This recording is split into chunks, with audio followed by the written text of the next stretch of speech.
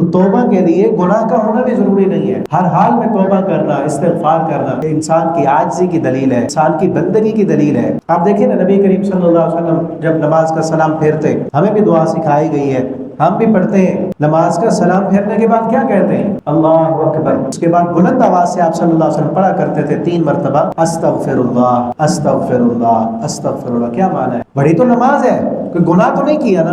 نماز پڑھنے کے بعد اللہ کی حمد کرنے کے بعد اس میں سجدہ کیا ہے، رکوع کیا ہے، اللہ کی کبریائی بیان کی ہے، نبی صلی اللہ علیہ وسلم پر درود پڑھا ہے، سلام پھیرنے کے بعد فوراً بلند آواز سے کہا اللہ تو بہت بڑا ہے۔ اس میں تربیت کیا ہے؟ ہمیں سمجھانا کیا ہے کہ اللہ تو بڑا ہے، میں نے نماز پڑھ کے کوئی کمال نہیں کر دیا، میں تو تیری عبادت کا حق ہی ادا نہیں کر سکتا، میرا سجدہ تو وہ ہے ہی نہیں جو تجھے سجدہ ہو۔ ما عبدناک حق عبادتک، فرشتے بھی اللہ سے یہی کہتے ہیں نا عبادت کر کر کے، سبحانک ما عبدناک حق عبادتک، اللہ تو پاک ہے، ہم تیری عبادت کا حق ادا کر ہی نہیں سکتے۔ اور یہ نماز پڑھنے کے بعد بھی پیارے پیغمبر صلی اللہ علیہ وسلم نے یہی ہماری تربیت کی ہے، یہی چیز ہمیں سکھائی اور بتائی ہے۔ کیا کہنا ہے؟ اللہ اکبر، اللہ تو بڑا ہے، میں چھوٹا ہوں، میری یہ عبادت بھی چھوٹی ہے، میرے یہ سجدے بھی چھوٹے ہیں، میرا یہ قیام بھی چھوٹا ہے، استغفر اللہ، اللہ تو مجھے معاف کر دے۔ اس نماز میں کوئی کمی رہ گئی ہو، کوئی کوتاہی رہ گئی ہو، تیری شان کے لائق نہ ہو اگر میری نماز، تو اللہ کو میری ان کوتاہیوں کو معاف کر کے